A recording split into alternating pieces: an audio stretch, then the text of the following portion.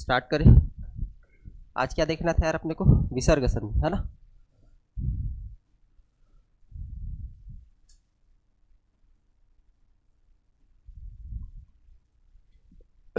व्यंजन संधि खत्म हो गया। ठीक, इसमें भी बहुत सारे नियम है आपके विसर्ग संधि में। ठीक, याद होता है तो ठीक है, नहीं तो आपको क्या करना है, प्रैक्टिस करना है एग्जाम्पल का। ठीक है, क्योंकि नियम इतने सारे याद कर पाना थोड़ा सा मुश्किल होता है। ऐसा नहीं है कि याद नहीं होगा, थोड़ा सा कठिनाई होगा आप लोगों को। ठीक, तो विसर्ग संधि क्या होता है? यदि विसर्ग का स्वर या व्यंजन के साथ मेल होता है उसे विसर्ग संधि कहते हैं। जब विसर्ग का स्वर या व्यंजन के मेल से जो विकार उत्पन्न होता है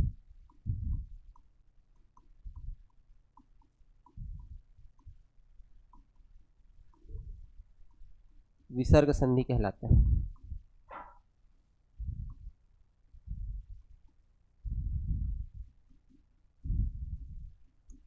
ठीक, जैसे एग्जाम्पल के लिए क्या ले सकते हैं?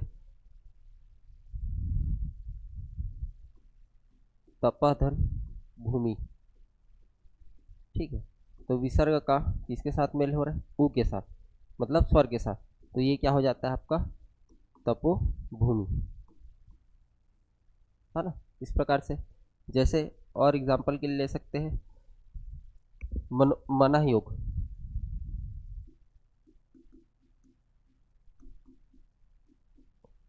तो इसका ओ के साथ, विसर्ग का ओ के साथ मेल हो रहा है तो क्या बन रहा है? मनोयोग।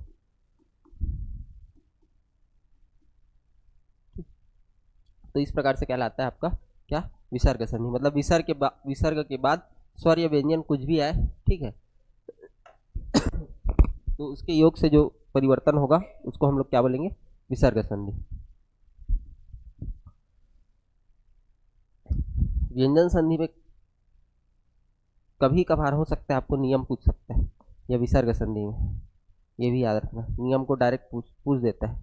ठीक है, कि विसर्ग के बाद क का मेल होता है तो क्या परिवर्तन होता है। ठीक है, तो ऐसे व्यंजन संधि में एक बार पूछा गया है। तो देखते हैं नियम को, क्या क्या नियम है। ठीक, तो नियम नंबर 1, सबसे पहले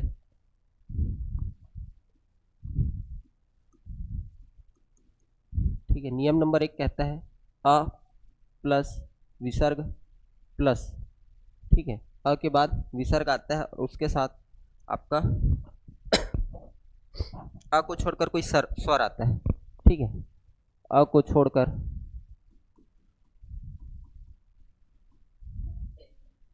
या इसको ऐसे लिख सकते हैं, कोई भिन्न स्वर आए तो क्या लिख सकते हैं?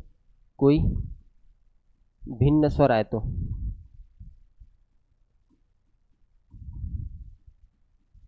ठीक, मतलब अ होगा, ठीक है, उसके साथ विसर्ग रहेगा और अ को छोड़कर कोई भिन्न स्वर आए तो क्या होगा? विसर्ग का लोप हो जाता है। ठीक है, तो क्या होगा? विसर्ग का लोप हो जाता है।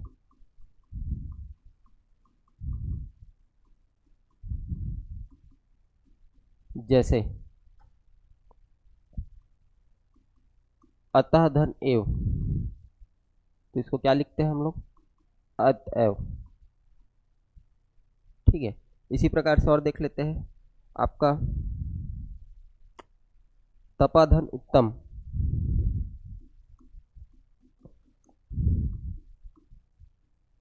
तो ये लिखाता है कि आपका तप उत्तम, ज्यो का त्यों लिखा जाता है विसर्ग को छोड़कर। ठीक है, दूसरा ये बोलता है इसी में दूसरा छोटा ही प्लस विसर्ग, ठीक है, और विसर्ग के बाद राय। ठीक है, क्या है? राय। तो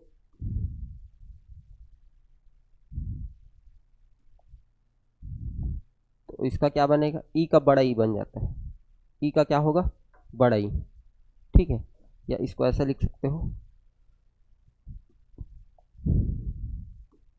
ई बड़ा ई में बदल जाता है।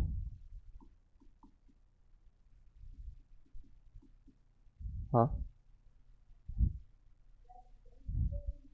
हाँ हाँ, तो वही तो नियम है, नियम बता रहा हूँ ना कि विसर्ग का क्या हो जाएगा, केवल लोप हो जाएगा। ठीक है, तपोत्तम नहीं होगा, तप उत्तम होगा। ठीक है, और जो शब्द है वो ज्यो के त्यों लिखाते हैं, इसमें भी क्या होगा, विसर्ग का लोप हो जाएगा। ठीक है, मतलब ये पहला नियम क्या है, विसर्ग का लोप वाला नियम है। ठीक है, इसमें भी ई के बाद विसर्ग आता है और इसका मिल किसके साथ होता है, र के साथ। ठीक है, तो ई के स्थान पर क्या हो जाएगा, बड़ा ई, और विसर्ग के क्या हो जाएगा, लोप हो जाएगा। जैसे निरोग, इसको बार बार पूछा जाता है। तो निरोग, नी के स्थान पर क्या हो जाए, ई के स्थान पर बड़ा ई, और विसर्ग का लोप होके ऐसे लिखाएगा। ठीक है, जैसे नीरस। ठीक है, तो ये कैसे लिखाएगा, बड़ा ई, और विसर्ग क्या हो जाएगा, लोप हो जाएगा। ठीक है, तो इसको पूछा गया है नीरस को। हाँ, मात्रा चेंज हो जाता है, वही बोला ना, ई के स्थान पर ई के बदले बड़ा ई हो जाएगा। ठीक है, तथा विसर्ग का लोप हो जाएगा, ऐसा लिख लो, तथा विसर्ग का लोप हो जाता है।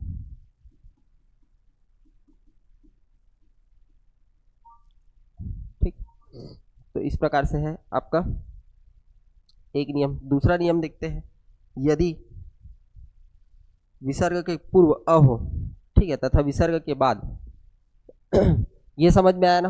ठीक है, दो नियम, यदि, या ऐसा याद कर लो, अ के साथ विसर्ग है, ठीक है, और उसके बाद अ को छोड़कर कोई भिन्न स्वर आता है तो एज इट इज लिखाता है।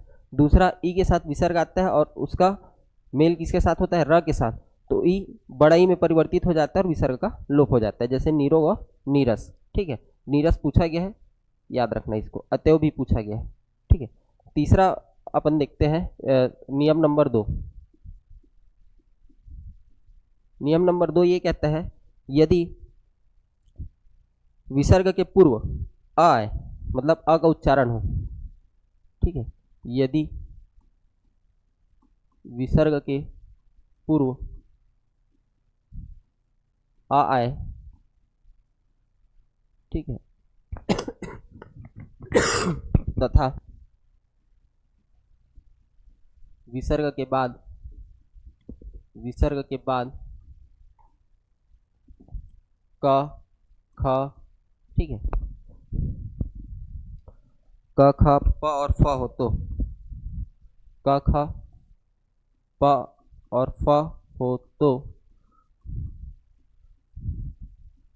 विसर्ग का, ठीक है, विसर्ग का किसमें परिवर्तन होगा, मतलब विसर्ग में कोई परिवर्तन नहीं होता है, विसर्ग का परिवर्तन नहीं होता है, एज इट इज लिखाता है।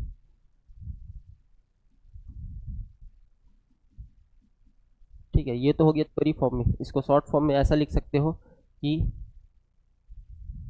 अ प्लस विसर्ग प्लस क ख प और फ, तो कोई परिवर्तन नहीं।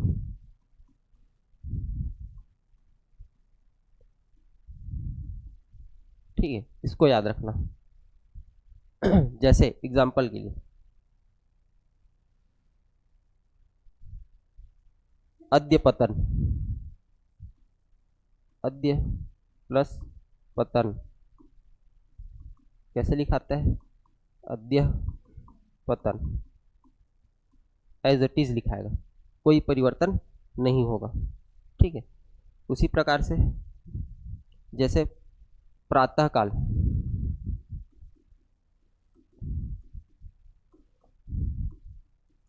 तो इसको ऐसे ही लिखते हैं, प्रातःकाल, सेम लिखाता है। ठीक है, और देख लेते हैं पुनः प्राप्ति,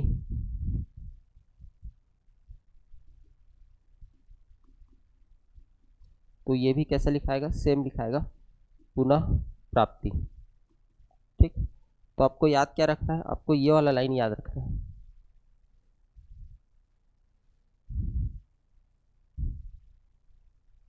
ठीक है, कोई परिवर्तन नहीं होता है। ठीक, अ के बाद विसर्ग आए और उसके बाद क ख प और फ आए। ठीक है, तो विसर्ग में कोई परिवर्तन नहीं होता है ना। इसी में एक और नियम है,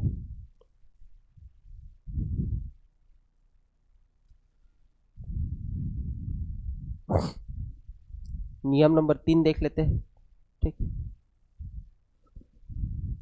या इसी का दूसरा, ये पहला है। ठीक है, क ख और प और फ का मेल होता है। ठीक है, ये दूसरा आएगा। दूसरे में याद रखना, ई या उ के साथ विसर्ग के पहले ई या उ आए। ठीक है, इसके बाद आपका क ख प और फ आए। ठीक है, तो आपका किस में परिवर्तन हो जाता है जी, तो विसर्ग के स्थान पर स हो जाता है। ठीक है, क्या हो जाएगा विसर्ग के स्थान पर, स षटकोण का। ठीक, या इसको ऐसा पूरा लिख सकते हो, विसर्ग के स्थान पर स हो जाता है।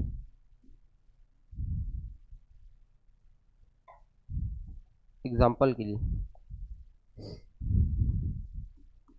निधन कपट, तो कैसे होता है, निष्कपट, ये लिखाते हैं निष्कपट। ठीक है, और देख लेते हैं इसमें, दूधन कर, हाँ दुष्कर। ठीक है, निधन कारण, हाँ जैसे दूधन कार, दुष्कार। निधन करण, निष्करण। ठीक, और देखते हैं इसमें एग्जाम्पल,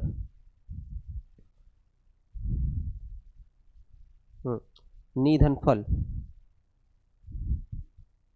निधन फल, निष्फल।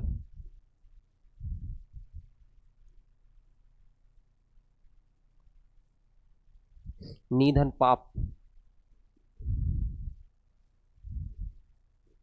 निष्पाप। ठीक है, तो इस प्रकार से क ख प और फ का नियम। ठीक है, विसर्ग के साथ अगर क ख प और फ का योग होता है तो किस प्रकार से परिवर्तन होता है। ठीक,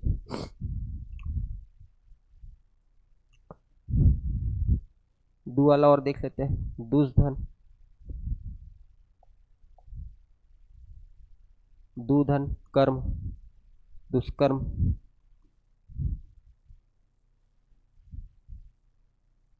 ठीक, तो एक तो नियम देखें, विसर्ग का लोप होता है, और दूसरा विसर्ग के स्थान पर क्या परिवर्तन होता है। ठीक,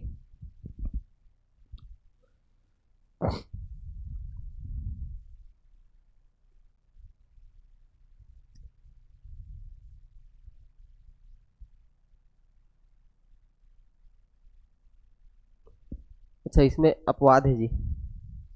ठीक है, इसमें कुछ अपवाद है नियम नंबर 1 में। ठीक, अपवाद को याद रखना, इसमें अपवाद में एग्जाम्पल बता रहा हूँ। ठीक है, जैसे तिराधन कृत या तिराधन कार, तिराधन कार। ठीक है, तो नियम क्या कहता है कि अ के बाद विसर्ग और विसर्ग के साथ यदि क ख प और फ का योग होता है तो कोई परिवर्तन नहीं होता, लेकिन ये अपवाद है। ये जो विसर्ग है वो किसमें परिवर्तित हो जाता है, आदर्श में, तिरस्कार। जैसे पुराधनकार, पुरस्कार। ठीक,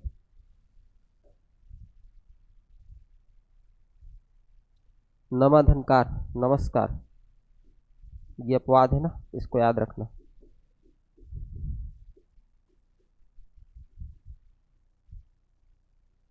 ठीक है, पराधन पर बराबर क्या होगा, परस्पर। ठीक,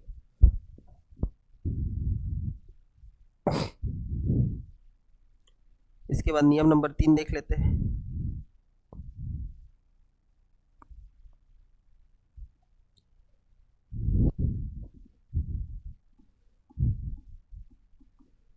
यदि श, श और स, ऐसे लिखो, यदि विसर्ग के साथ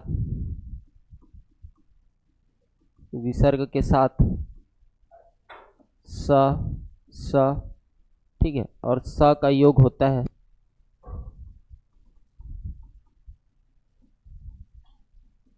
तो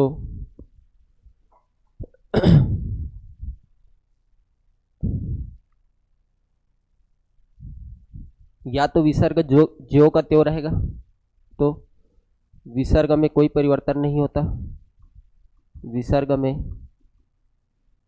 कोई परिवर्तन नहीं होता,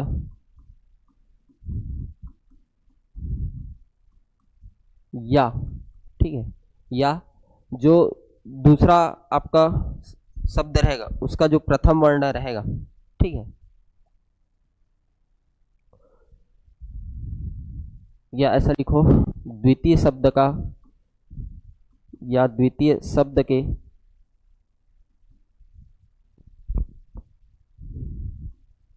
प्रथम वर्ण में परिवर्तित हो जाता है, परिवर्तित हो जाता है। जैसे एग्जाम्पल देख लेते हैं, दूधन शासन,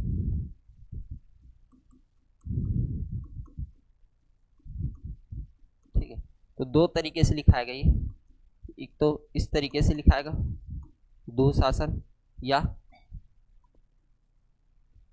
द्वितीय शब्द का प्रथम वर्ण स है तो विसर्ग किस में परिवर्तित हो जाता है, स में, तो दुशासन ऐसा लिखाएगा, इस क्या लिखाएगा, दुशासन। ठीक, इस तरीके से। और देख लेते हैं, निसंदेह,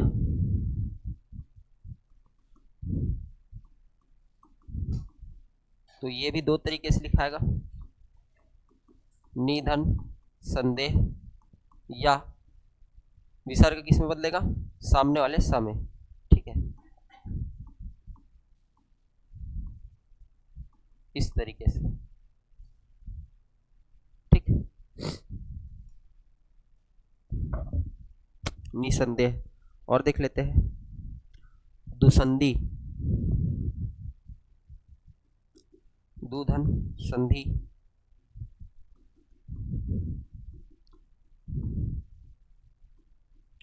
तो पहले इस तरीके से लिखा सकता है, दूसरा आपका दुसंधि, इस तरीके से भी लिखा जा सकता है। ठीक है,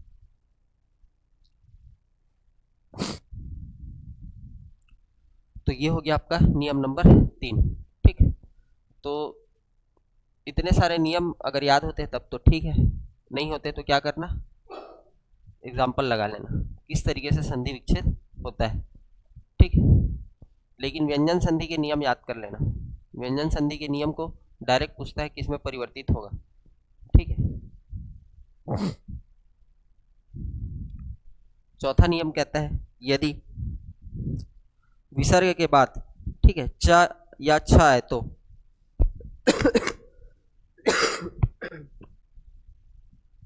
विसर्ग किसमें परिवर्तित हो जाता है, आपका स में, और यदि विसर्ग के बाद ट या ठ है तो विसर्ग स षटकोट के में परिवर्तित होगा। ठीक है, 3 प्रकार के नियम है। नियम नंबर 4 में देखते हैं 3 नियम।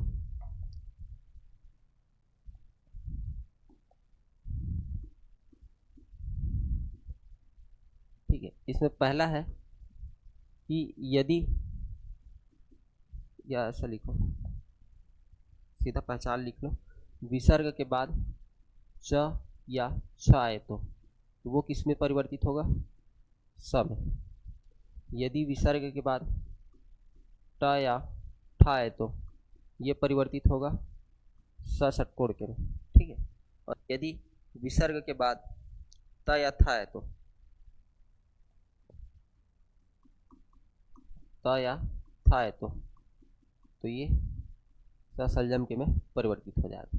ठीक, चलो एग्जाम्पल देख लेते हैं इसका। जैसे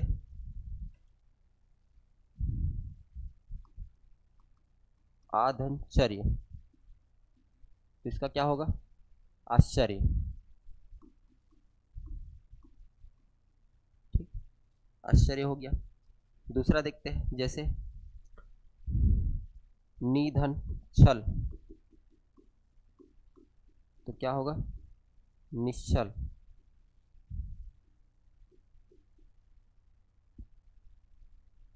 निधन चय, तो निश्चय। ठीक, तो कौन सी जगह पे कौन सा वाला सा आएगा ये नियम पता होगा तभी बनेगा। ठीक, तो इससे बहुत सारा क्वेश्चन आता है। जैसे निधन छल हो गया, अच्छा निश्चल हो गया। ठीक, निश्चय भी हो गया। और देख लेते हैं, दूधन चरित्र,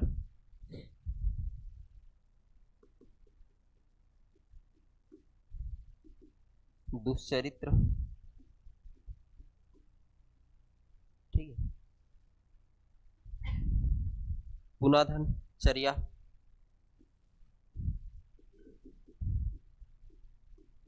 पुनश्चर्या।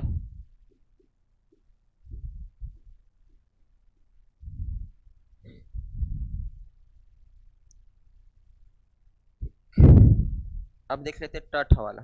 ठीक है, तो जैसे आपका धनुधन टंकार,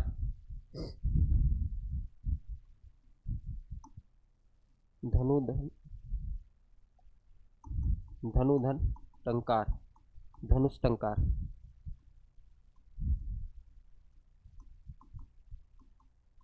ठीक है, निधन ठूर, निष्ठुर। ठुर में शायद बड़ी की मात्रा रह गई, नहीं ठीक है, छोटा हो। ठीक, दूधन ट, क्या होगा इसका? दूधन ट दुष्ट। ठीक,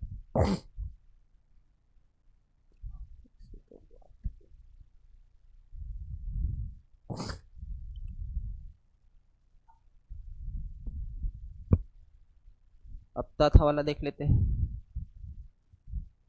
ठीक है, निधन तेज, क्या होगा इसका? निस्तेज, है ना? निधन तेज निस्तेज। ठीक है, और क्या क्या होगा आपका?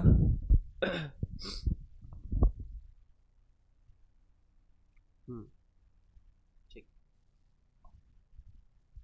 मनाधन ताप, ये भी पूछा गया है। इसका क्या हो जाएगा? मनस्ताप। ठीक है, नमाधन ते, नमस्ते। तो ये आपका तीनों सा वाला रूल कंप्लीट होता है। इसके बाद दो बड़े बड़े नियम हैं जिसमें सबसे ज्यादा आपके क्या बनते हैं? विसर्ग संधि बनते हैं। ठीक, चलो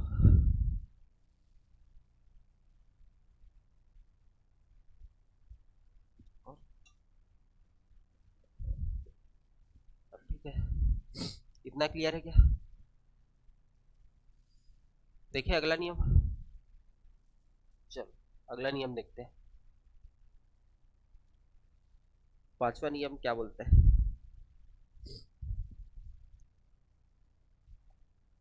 नियम नंबर 5, यदि विसर्ग के पहले अ हो, उसके बाद स्पर्श व्यंजन का तीसरा, चौथा और पांचवा वर्ण आए, उसके साथ आपका अंतस्थ, ठीक है, हो आए, तो विसर्ग का उ हो जाता है। ठीक है,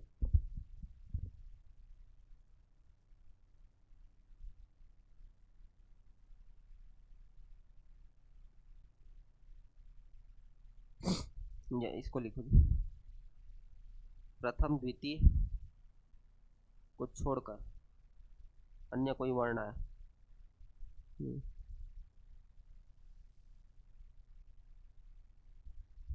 चलो, नियम नंबर 5, विसर्ग हो, विसर्ग के साथ यदि आपका तीसरा, ठीक है, तीसरा, चौथा और पांचवा वर्ण आए, प्रत्येक वर्ग का तीसरा, चौथा और पांचवा वर्ण, ठीक है, या अंतस्थ व्यंजन आता है, हाँ, अंतस्थ व्यंजन आता है, तो विसर्ग, ठीक है, तो विसर्ग का क्या बन जाएगा, ओ बन जाता है। ठीक है, तो विसर्ग ओ में परिवर्तित हो जाता है।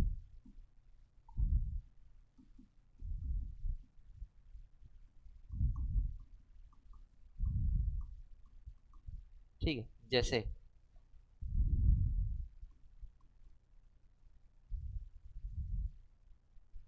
तमाधन गुड़, क्या होगा, तमोगुण। ठीक है, तपाधन वन, तपोवन। ठीक है, तपोवन। और देख लेते हैं, अधाधन गति,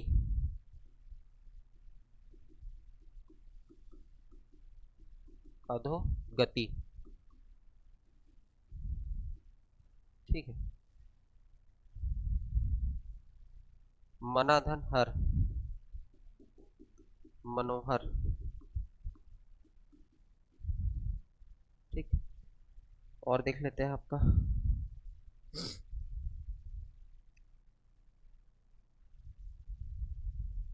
अधाधन लिखित,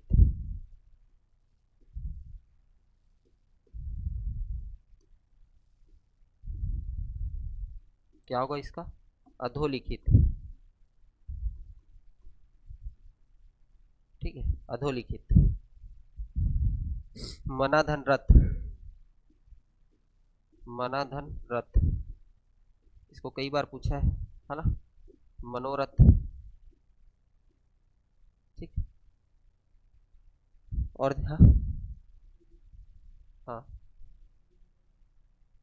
मनोहर, स्वर संधि में कैसे आएगा, मनोहर, स्वर संधि में गुड़ स्वर संधि, गुड़ स्वर संधि में क्या होता है, आ के साथ इसका परिवर्तन, आ के साथ उ या उ का योग हो तो ओ आएगा। ठीक है, तो इसमें उ का कहाँ प्रयोग हो रहा है, द्वितीय वर्ण, द्वितीय शब्द का प्रथम वर्ण उ या उ नहीं आ रहा है, ओ में कैसे परिवर्तित होगा,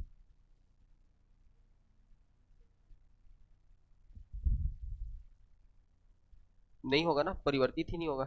इसका संधि विच्छेद देखो ना, मनोहर का, नहीं, गुड़ में कहाँ होगा भाई, प्रथम शब्द का अंतिम वर्ण क्या हो, आ या आ हो, उसके साथ द्वितीय शब्द का प्रथम वर्ण उ या उ हो, तब ओ बनेगा। ठीक है, तो उ या उ तो आ ही नहीं रहे। ठीक है, चलो इसमें अ या आ ला सकते हो। ठीक है ना, अगर इसको मनु कर दोगे तो फिर तो गुड़ स्वर संधि आएगा ही नहीं, वो तो यड़ स्वर संधि हो जाएगा, उ के साथ अगर किसी भिन्न स्वर का योग होता है तो वह बनता है। ठीक,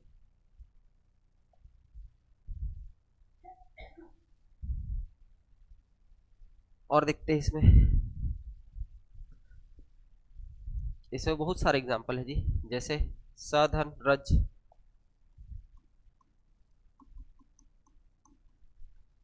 नहीं, सरा धन ज, क्या होगा, सरा धन ज, सरा धन ज, ठीक है। सरोज, ये भी पूछा गया है, ठीक है। पया धन द, पयोद, ठीक है।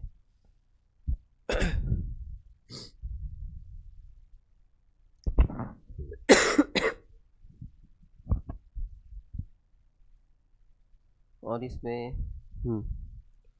पयोद हो गया, नभ, नभ धन मंडल, नभोमंडल,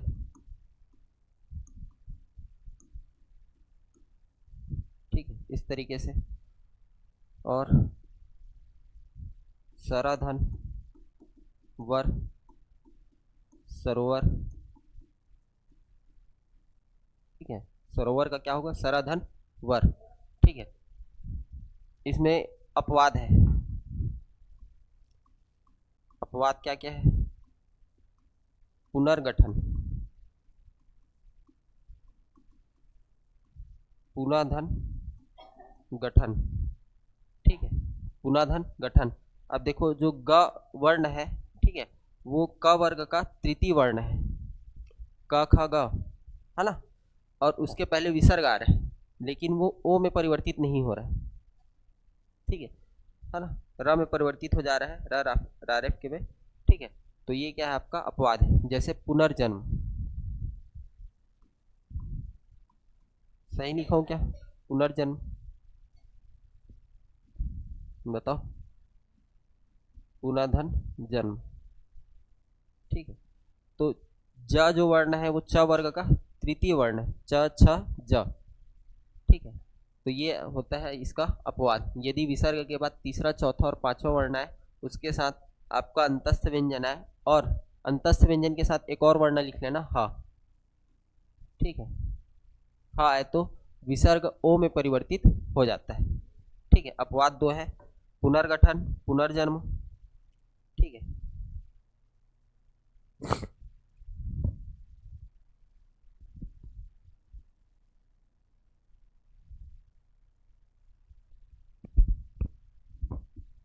तो ये है नियम नंबर 5। नियम नंबर 6, ठीक, इसमें बहुत सारे और एग्जाम्पल है ना, उसको आप लोग प्रैक्टिस करना, ठीक।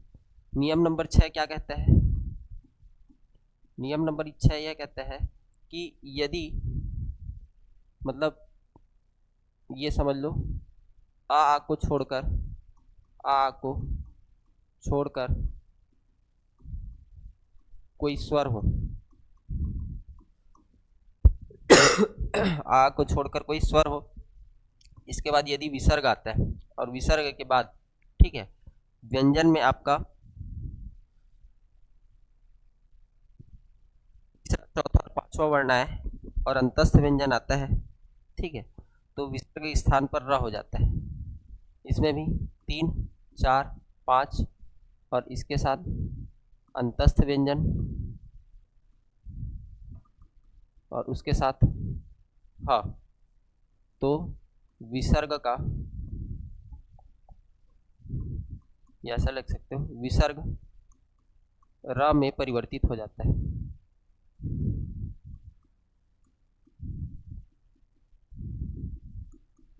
हो जाता है, ठीक है। विसर्ग के पहले आ को छोड़कर तो ई आ सकता है, ठीक है, ई आ सकता है, ऊ आ सकता है, ए आ सकता है, ओ आ सकता है, ठीक है। उसके बाद तीसरा स्पर्श व्यंजन का तीसरा, चौथा और पांचवा, हर वर्ग का तीसरा, चौथा और पांचवा वर्ण है। उसके साथ यदि कोई अंतस्थ व्यंजन आता है और है, ठीक है, तो विसर्ग का र में परिवर्तन हो जाता है। जैसे आशीर्वाद,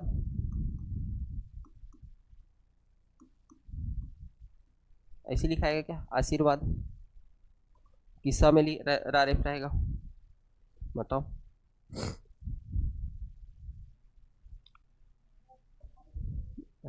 ये शब्द शुद्धि में आता है, ये सही शब्द है, आशीर, ठीक है, हाँ, अगर स में रहेगा तो आरसी वाद हो जाएगा। ठीक है, तो ये कैसे लिखाएगा जी? ठीक है, विसर्ग का किस में परिवर्तन हो जाता है? र में, तो र की जगह में विसर्ग आ जाएगा।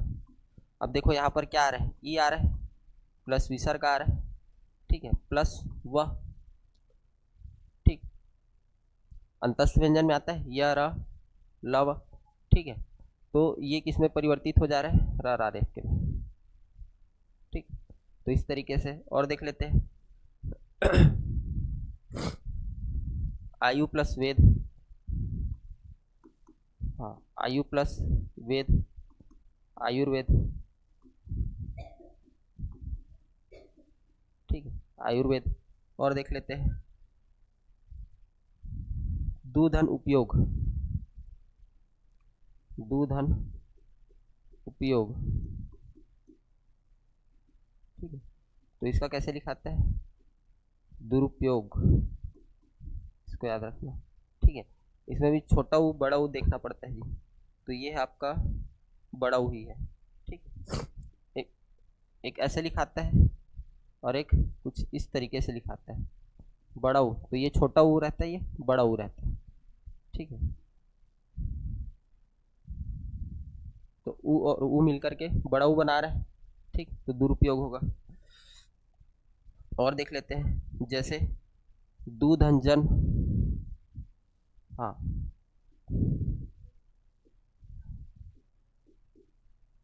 इसका विसर्ग का, विसर्ग का र में परिवर्तन हो रहा है ना जी, तो ये र के साथ ये ऊ लिखा रहा है ना, ये आधा ही तो है। ये वाला र आधा र कहलाता है, ये वाला जो र रहता है ये आपका आधा र ही कहलाता है।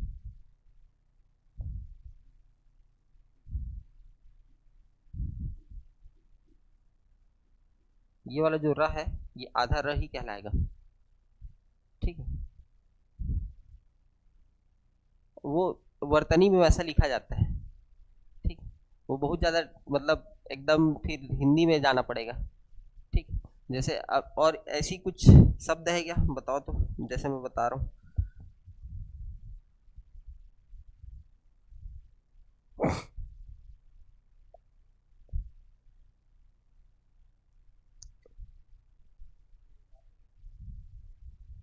पुरस्कार लिखते हैं, पुरस्कार नहीं रहता हूँ, वर्तनी शुद्धि में वो गलत हो जाता है।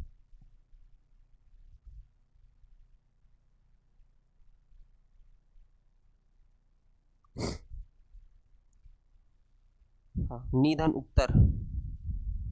ठीक है, इसको पहले लिख लेते हैं, दूधन जन को दुर्जन। ठीक है, जैसे निधन उत्तर, निरंतर कैसे होगा जी? निरुत्तर होगा।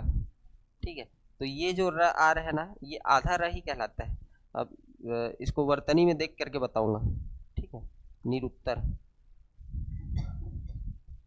ठीक, वो आधा र कैसे लिखाता है इसको मैं चेक करके बताऊंगा। और देख लेते हैं, निधंजन निर्जन, निधन गुड़ निर्गुण। ठीक है, निर्गुण।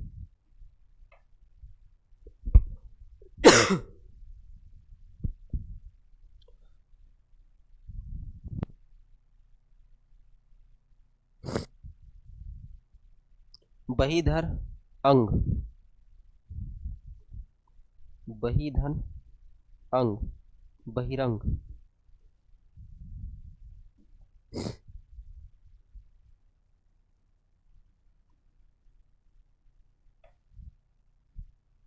ठीक, ऐसे लिखाएगा।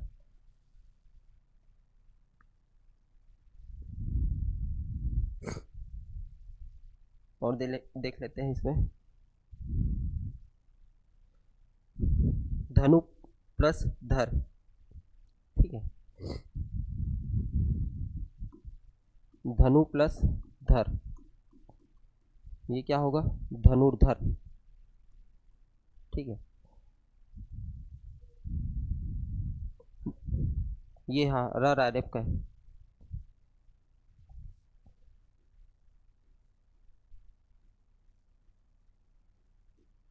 ये लो रा आर एफ का, हाँ में रा आर एफ का आएगा।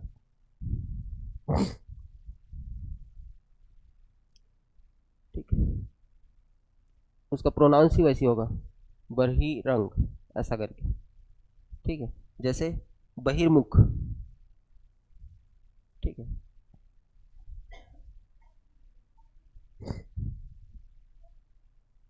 हाँ धनुर, हाँ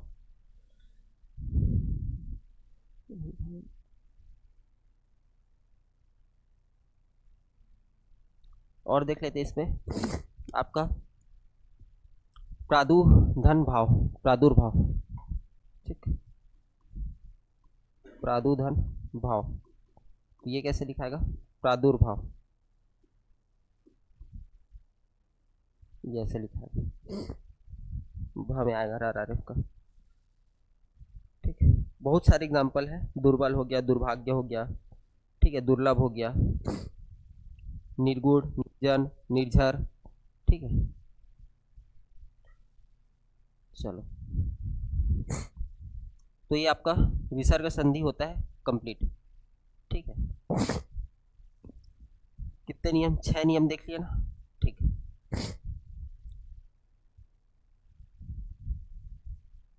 ठीक है, एक और मैं बता देता हूँ। ठीक है, उसमें नियम मत पढ़ना।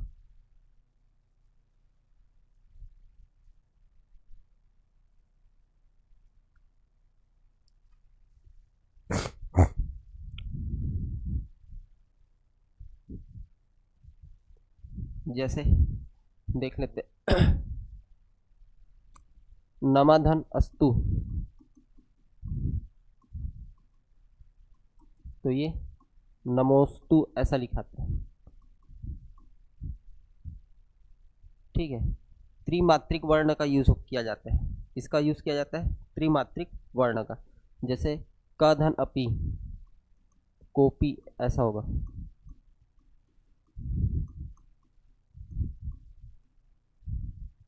ठीक, पंचम, पंचमा प्लस अध्याय, पंचमा प्लस अध्याय, पंचमोध्याय, इस तरीके से। ठीक, तो अगर अब कभी पूछ ले, है ना, वैसे विसर्ग संधि में ये जो पढ़े है ना, ये वाला जो नियम, ठीक है, छठवां और पांचवा, इसी में सबसे ज़्यादा एग्जाम्पल पूछे जाते हैं, पांचवा और छठवां में, और दूसरा आधा सा वाले में, ये वाला। चौथा, पांचवा और छठवां, ये तीनों इंपॉर्टेंट आपके लिए। ठीक, इसी में से सबसे ज़्यादा एग्जाम्पल आपसे पूछे जाते हैं। ठीक, तो ये आपका संधि होता है कंप्लीट, है ना। इसका पी वाई क्यू लगाना है, बहुत ज़रूरी है पी वाई क्यू लगाना। ठीक है, अब अपन देखते हैं क्या, समास।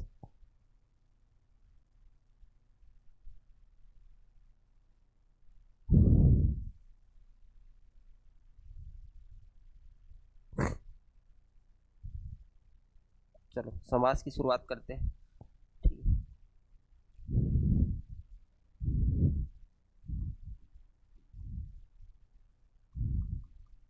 समास, समास का शाब्दिक अर्थ क्या होता है, इसका शाब्दिक अर्थ होता है संक्षेप। ठीक है, इसको पूछा गया, याद रखना, समास का शाब्दिक अर्थ क्या होता है, संक्षेप। मतलब इसका अर्थ क्या होता है, संक्षेप। भाषा में जो समास का प्रयोजन किया जाता है वो कम शब्दों में अर्थ के विस्तार के लिए किया जाता है। जैसे लंबोदर, ठीक है, तो उसका अगर हम लोग समास विग्रह करेंगे तो कैसा होता है, लंबा है उदर जिसका। ठीक है, तो उसी को क्या बोल दिया हम लोग, लंबोदर। मतलब कम शब्दों में पूरे अर्थ का क्या हो गया, विस्तार हो गया। ठीक है, तो इसीलिए किसका प्रयोग किया जाता है, आपका समास का, है ना। जैसे अपन भाषा का में प्रयोग करते हैं, पुरुषों में उत्तम। ठीक है, तो उसको उसके लिए क्या शब्द बना दिया गया है, पुरुषोत्तम। उसका सामासिक पद क्या कहलाता है, पुरुषोत्तम। ठीक है, जैसे मैं बताया कि पुरुषोत्तम, ठीक है, तो इसका क्या होता है, पुरुषों में उत्तम। तो ये जो शब्द कहलाता है ये समासिक शब्द कहलाता है। यह समासिक पद कहलाता है और ये विग्रह कहलाता है, समासिक विग्रह। ठीक, ये याद रखना आप लोग। समास का विलोम ये भी पूछा गया है। समास का विलोम होता है व्यास। ठीक है, समास का विलोम क्या होता है? व्यास होता है। और शाब्दिक अर्थ क्या होता है? संक्षेप होता है।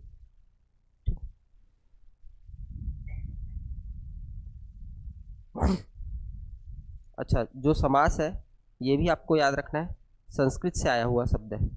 ठीक है, समास जो शब्द है संस्कृत से आया हुआ शब्द है। ठीक है। अच्छा, भाषा में समास का प्रयोग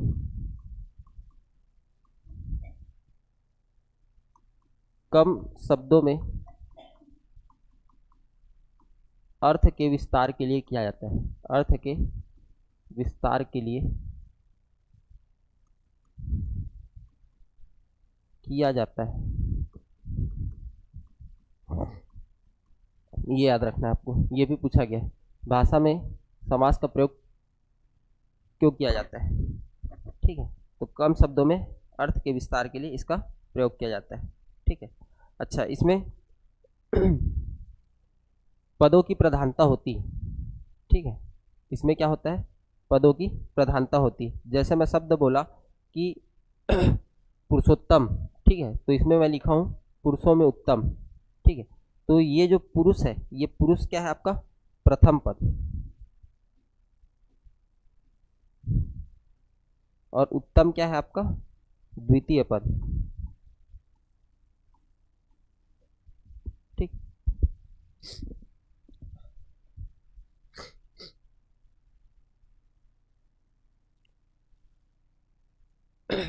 और समासिक पद क्लियर है? समासिक पद किसको बोलेंगे और समास विग्रह किसको बोलेंगे? ठीक है, याद रखना।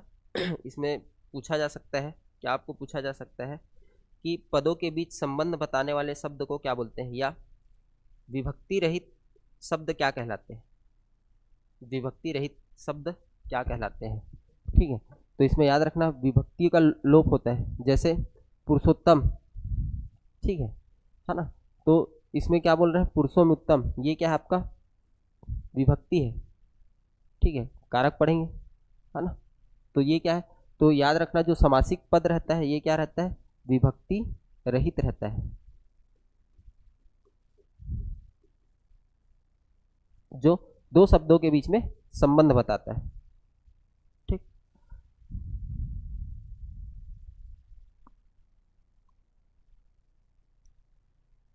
चलो इसका परिभाषा लिख लेते हैं। दो या दो से अधिक पदों या शब्दों से मिलकर जो नया स्वतंत्र पद बनता है उन समस्त पदों को क्या कहा जाता है? समास कहा जाता है। ठीक, इसके परिभाषा में क्या आएगा? दो या दो से अधिक शब्दों से मिलकर जो नया स्वतंत्र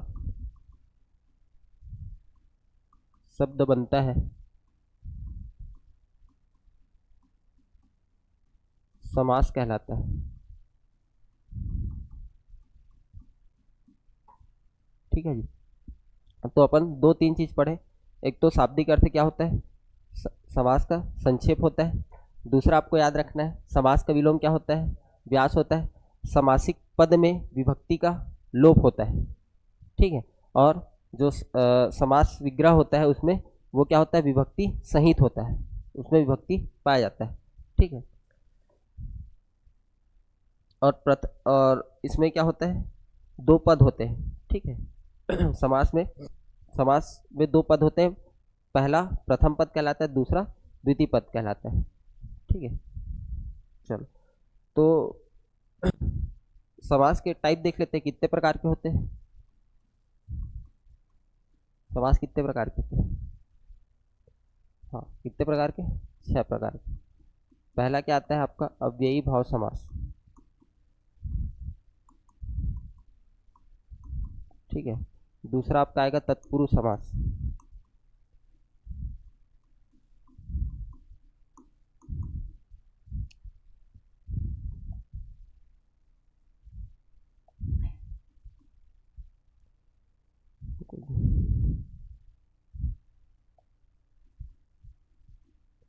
तत्पुरुष समास, ठीक है। तीसरा क्या आएगा? द्वंद्व समास।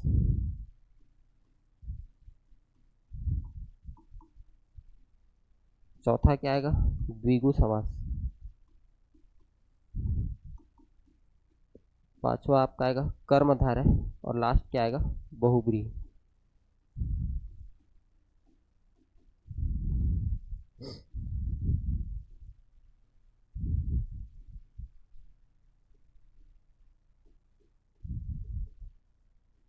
बहुब्रीहि समास, ठीक।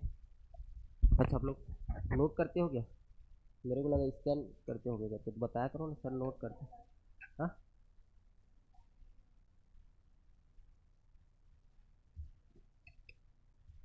बताया करो ना सर, नोट करते हैं। मैं स्कैनर आप लोग मांगते हो, मेरे को लगता है कि घर में नोट करते हैं।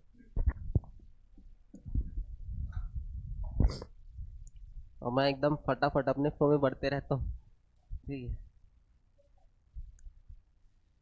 ठीक, चलो। अच्छा, इसमें पदों की प्रधानता के आधार पर कितने प्रकार के होते हैं समास? 3 प्रकार के, है ना। प्रथम पद समान, ठीक है। 4 प्रकार देखते हैं, है ना, पद की प्रधानता के आधार पर, ठीक। चलो इतना पहले लिख लो, फिर पद की प्रधानता बताता हूँ। हो गया, ठीक। पदों की प्रधानता के आधार पर, ठीक है। तो पहला देखते हैं, प्रथम पद प्रधान। तो कौन कौन से समास है जिसमें आपके प्रथम पद प्रधान होते हैं? इसकी अगर मैं बात करूं तो इसमें आता है आपका एक ही समास है, अव्ययी भाव समास। अव्ययी भाव समास। दूसरा अपन देखते हैं द्वितीय पद प्रधान। द्वितीय पद प्रधान, इसमें आता है आपका तत्पुरुष समास, और इसमें द्वितीय पद प्रधान होता है कर्मधारय और द्विगु।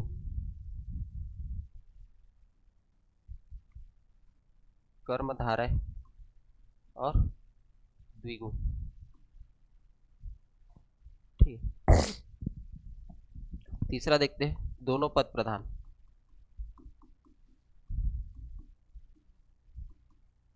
क्या होगा इसमें? द्वंद्व समास।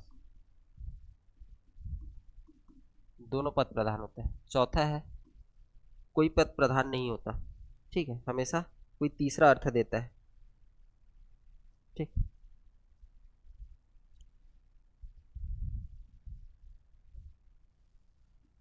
कोई पद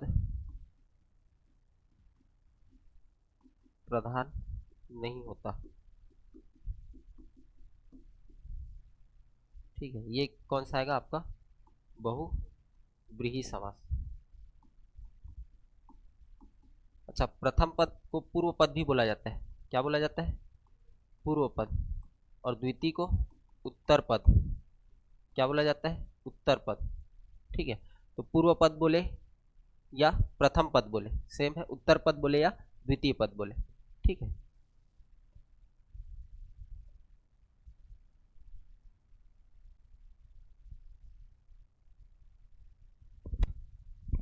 और इसमें कुछ प्रकार बताया है क्या?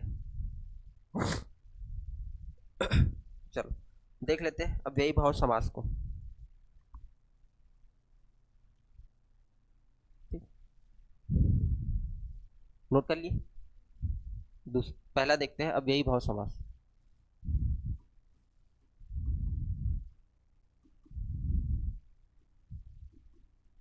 ठीक है, अव्ययी भाव समास में याद रखना प्रथम पद क्या होता है? प्रधान होता है।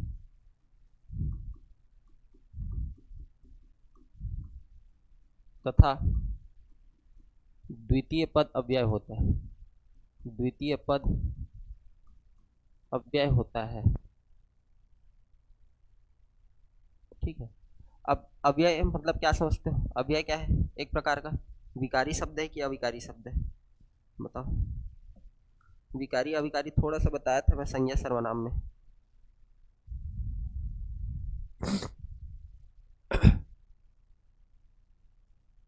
अव्यय विकारी शब्द होता है, अव्यय एक अविकारी शब्द है। क्यों अविकारी शब्द है? क्योंकि लिंग, वचन और कारक का प्रभाव नहीं पड़ता है। ठीक है, लिंग, वचन और कारक का प्रभाव नहीं पड़ता है। ठीक है, अब देखो इसका हम लोग एग्जाम्पल करते हैं। जैसे इसमें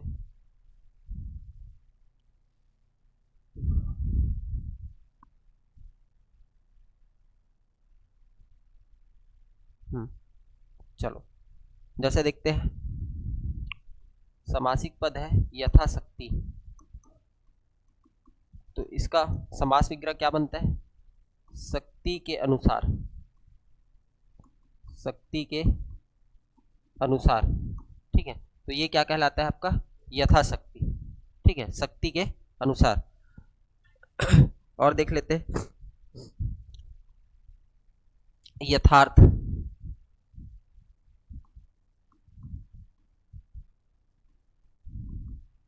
तो यथार्थ में क्या होगा? अर्थ के अनुसार।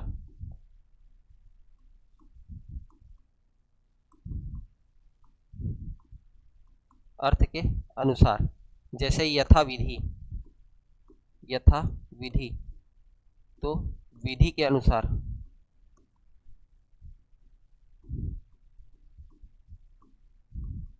अब देखो इसमें पूर्व पद क्या हो रहा है, या प्रथम पद प्रधान हो रहा है। ठीक है, जैसे यथा रुचि तो रुचि के अनुसार। ठीक है, तो इसमें समास विग्रह में आप देखोगे कि प्रथम पद क्या है? प्रधान है। ठीक है, अगर प्रथम पद को हटा दे तो उसका सेंस बनेगा क्या? कोई सा अर्थ निकलेगा? नहीं निकलेगा। ठीक है, मतलब समझ लो एक प्रकार से ये विशेषता ही है। ठीक है, यथा विधि का समासिक विग्रह क्या है? विधि के अनुसार। ठीक, तो यथा का इससे ये पता चलता है कि जहां पर भी यथा शब्द आए तो यथा के स्थान पर जब समास विग्रह करेंगे तो क्या लिखना पड़ेगा? के अनुसार। ठीक है, के अनुसार। और देख लेते हैं ऐसी। चलो ये तो हो गया यथा। अब देख लेते हैं आजन्म, आजन्म का समास क्या होगा? समासिक विग्रह आजन्म लेकर, या इसी को हम लोग बोल सकते हैं जन्म पर्यंत। ठीक है, जन्म से लेकर या जन्म पर्यंत। ठीक है, वैसे ही आजीवन, जीवन पर्यंत, आजीवन आपसे पूछा गया है। ठीक है, आजीवन, जीवन पर्यंत। ठीक, और देख लेते हैं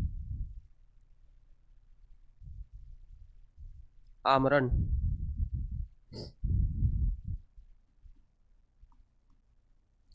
मरण तक। ठीक है, अब देखो मैं क्या बोला था कि द्वितीय पद अव्यय होता है। अब देखो जन्म से लेकर लेकर में लिंग, वचन, कारक को कोई प्रभाव पड़ रहा है क्या? नहीं पड़ रहा। ठीक है, जैसे इसमें आपका पर्यंत, तक, ये सब क्या है? आपका अव्यय है। ठीक है, इसमें लिंग, वचन, कारक का कोई प्रभाव नहीं पड़ता। अनुसार में देखो, ठीक है, अनुसार में भी नहीं पड़ेगा। ठीक, इसके बाद आपसे पूछा गया है अपाद मस्तक, अपाद मस्तक। इसका समासिक विग्रह क्या होगा? अपाद मस्तक का। पाद मतलब क्या होता है जी? पैर, है ना? पाद से मस्तक तक,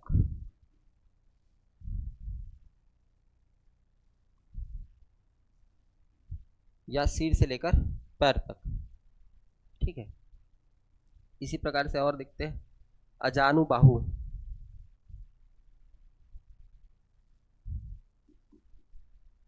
अजानु बाहु, ठीक है। तो जानू से बाह तक, या घुटने से बाह तक। जानू का अर्थ क्या होता है? घुटना, ठीक है। तो घुटने से बाह तक, ठीक।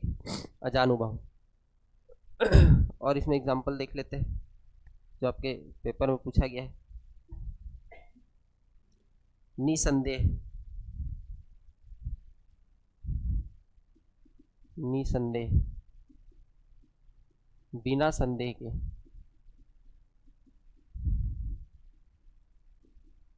ठीक है।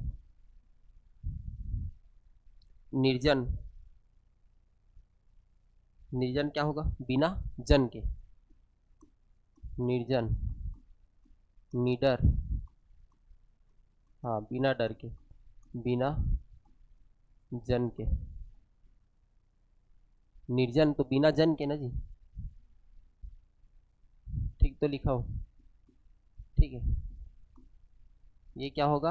बिना डर के, या इसमें जन का भाव भी आ सकता है, ठीक है ना, या डर का भाव भी आ सकता है।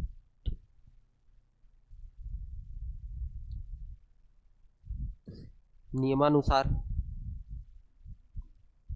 हाँ नियमानुसार मतलब नियम के अनुसार,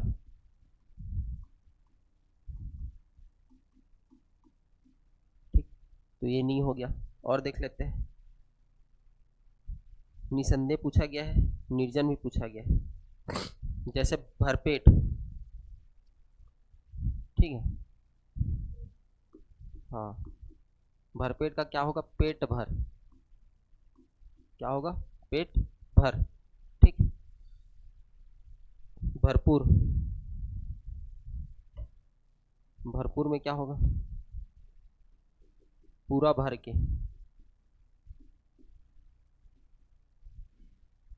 ठीक। इसके बाद प्रति वाला आता है।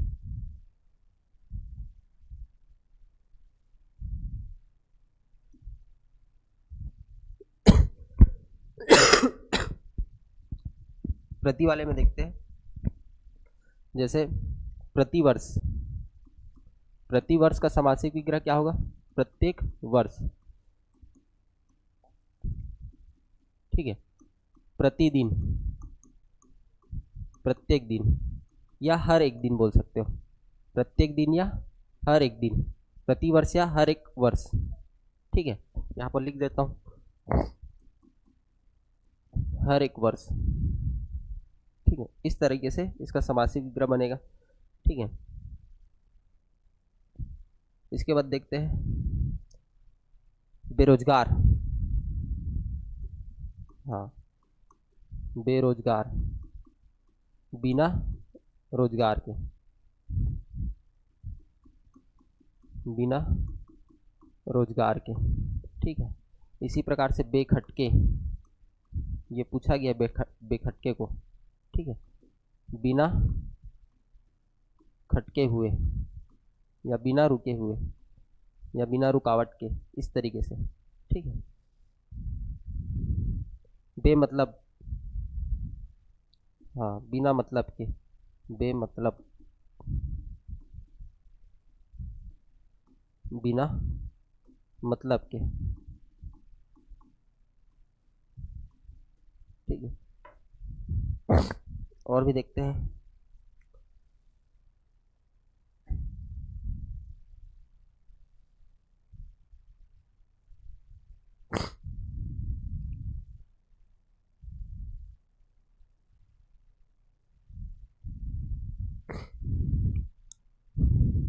गांव गांव,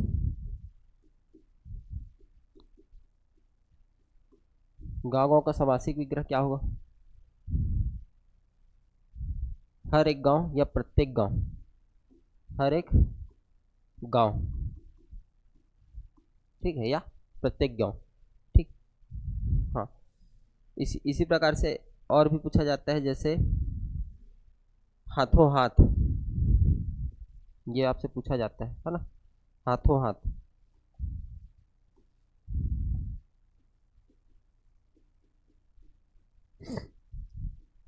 हाथों हाथ का क्या होगा समासिक विग्रह? हाथ ही हाथ में, ठीक है, हाथ ही हाथ में। और देख लेते हैं,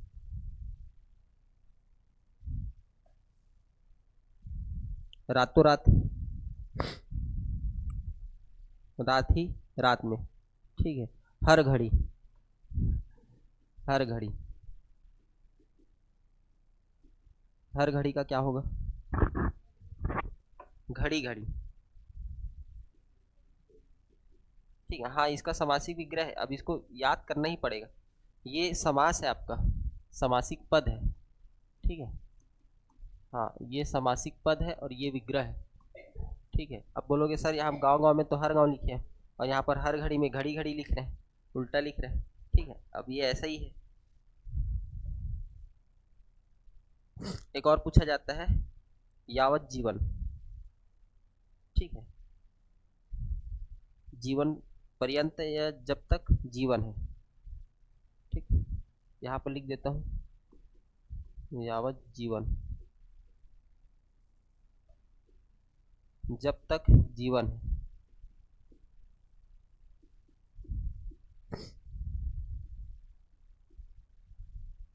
ठीक। तो ये होता है आपका अवयवी भाव समास कंप्लीट, ठीक। इसका बहुत ज़्यादा एग्जांपल नहीं पूछता है, एक तो पूछता है यथा वाला पूछता ठीक है ना, और आ वाला पूछेगा, जैसे आजीवन पढ़े हैं, ठीक है, आमरण पढ़े हैं, ठीक है। एक तो आपको पूछेगा, प्रति को पूछा एक बार बीना को पूछा है, उसके बाद एक बार इसको पूछा है हाथों हाथ को, ठीक है, और एक बार या जीवन को पूछा है, इससे बाहर नहीं पूछता है, ठीक है। और ऑप्शन देके एलिमिनेट कर सकते हो, ठीक। इसमें घबराने वाला बात नहीं, अब यही भाव समास है। तो आज यहीं तक रखें, ठीक। कल अपन देखेंगे आपका आगे का समास, ठीक है, तत्पुरुष समास। तत्पुरुष समास से सबसे ज़्यादा एग्जाम्पल पूछा जाता है, ठीक है, क्योंकि इसमें अपन पढ़ते हैं किसको? कारक को, ठीक। तो ये आपके लिए सबसे ज़्यादा इम्पोर्टेंट है, कौन सा समास? तत्पुरुष समास, ठीक। चलो, कारक पढ़ के आना तो कल, कारक मतलब कर्ता ने कर्म को, है ना, हाँ, ये वाला याद करके आना कल।